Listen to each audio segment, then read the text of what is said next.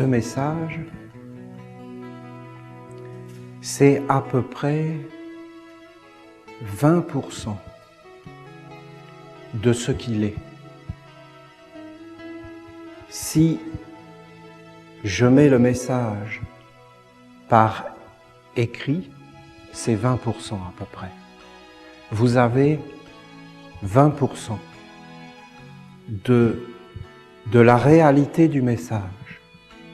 Vous avez la parole de la mère. Mais déjà, la parole de la mère, c'est déjà pas la pensée et l'intelligence de la mère. Tout ce qui vient dans le côté terrestre, physique, mortel, s'éteint. Tout ce qui vient dans notre monde s'éteint. Notre monde, à nous, les hommes, dans lequel nous vivons, c'est un monde qui éteint la lumière. Dans les autres mondes, la lumière est de plus en plus grande, vaste, universelle. Mais quand elle vient dans notre monde, elle est toujours atténuée, de plus en plus atténuée. Vous pouvez avoir des grands sentiments, des grands, très grands. Et quand vous voulez les dire à la personne, ça s'atténue. Ce que vous vivez à l'intérieur, ce que vous pouvez vivre à l'intérieur, lorsque vous voulez le vivre à l'extérieur, ce n'est pas du tout pareil. Il y a bien souvent un décalage.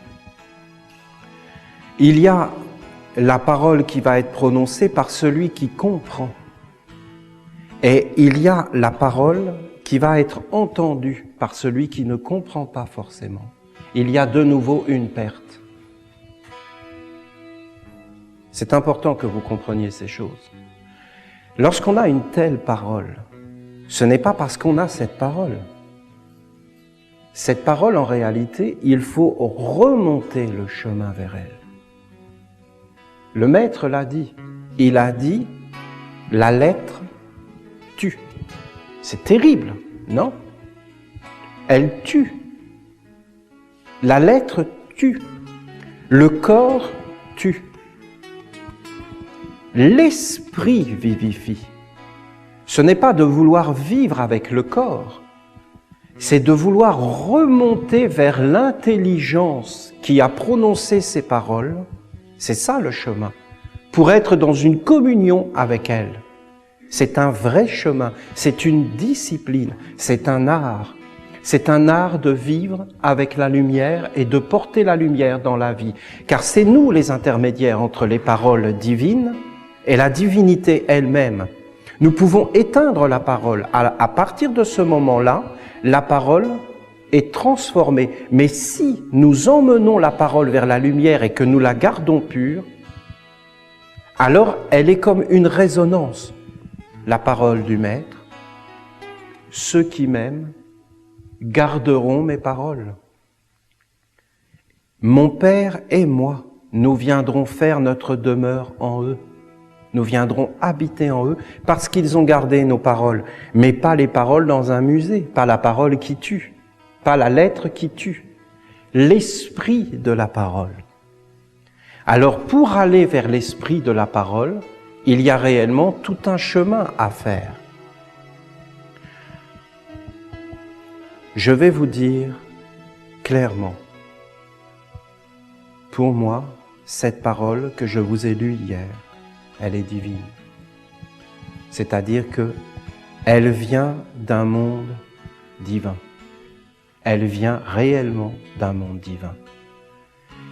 Comment vous pouvez le savoir? La parole des hommes, il n'y a rien derrière, rien. C'est vide, c'est le néant. Quand un homme parle, derrière, il n'y a rien. Quand le monde divin parle, derrière, il y a la splendeur et la grandeur. Il y a la lumière qui éclaire, il y a la vie. Si tu ne le vois pas, c'est que tu es mort. Mais si tu vois encore la vie, si tu le sens, si tu le pressens, si tu pressens le mystère caché derrière la parole, alors c'est que la vie commence à rentrer en toi, un petit peu goutte par goutte. Alors ça t'éveille. Et de plus en plus, ça t'éveille. Et tu vas commencer à sentir qu'il y a un grand mystère caché derrière la nature, derrière l'homme et en toute chose, un grand mystère. Et tu peux t'en approcher, une beauté, une grandeur, une splendeur, une perfection. Je vous dis que dans la parole de la Mère, il y a la perfection. Je vous l'ai montré à travers le Notre Père. Je vous l'ai montré à travers des années et des années, non? Pendant des années, je vous ai parlé de Notre Père de tellement de façons différentes, vous ne trouvez pas? Personne ne peut dire que je ne l'ai pas fait, ça, non? Il y a l'Église, pendant 2000 ans, ils ont répété le Notre Père. Et d'un seul coup, les Esséniens reviennent et ils mettent toutes les facettes du Notre Père, mais tellement comme un tourbillon, pour montrer la grandeur derrière la parole. Alors écoutez, je vais essayer, avec une grande humilité, essayer d'interpréter cette parole. Mais ça ne peut être que humble. Je ne peux pas avoir la prétention de vous expliquer une telle parole.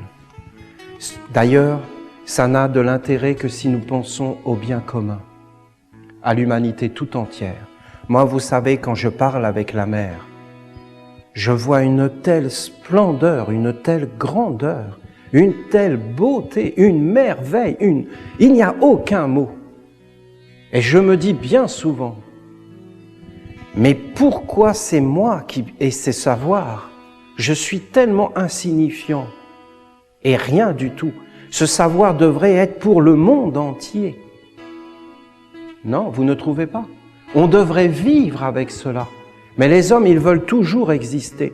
Mais moi, je veux bien ne plus exister, vous comprenez? Je veux bien ne pas être un maître, je veux bien être n'importe quoi, je veux même bien être un écureuil. Qu'est-ce que ça peut me faire?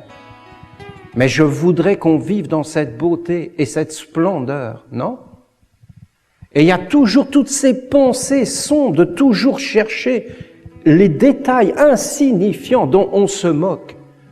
Les Esséniens ne tombaient jamais dans ces pièges du sectarisme, du fanatisme, de l'illusion d'être attrapés par des mondes.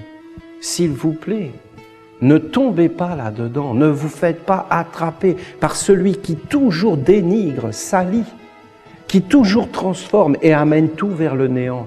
Alors qu'en réalité, c'est un partage universel, c'est une beauté, c'est une splendeur, c'est une merveille, c'est un partage. Il faudrait que tous les hommes s'éveillent, mais il y a des mystères qu'on ne peut pas comprendre, tellement c'est grand. Pourquoi c'est celui-là ou celui-là? On ne sait pas. Et c'est sûrement pour que nous soyons humbles. Alors écoutez, je vais essayer. Je peux vous dire que c'est pas facile d'essayer d'augmenter le pourcentage. Soyez patient avec moi, il me faut du temps.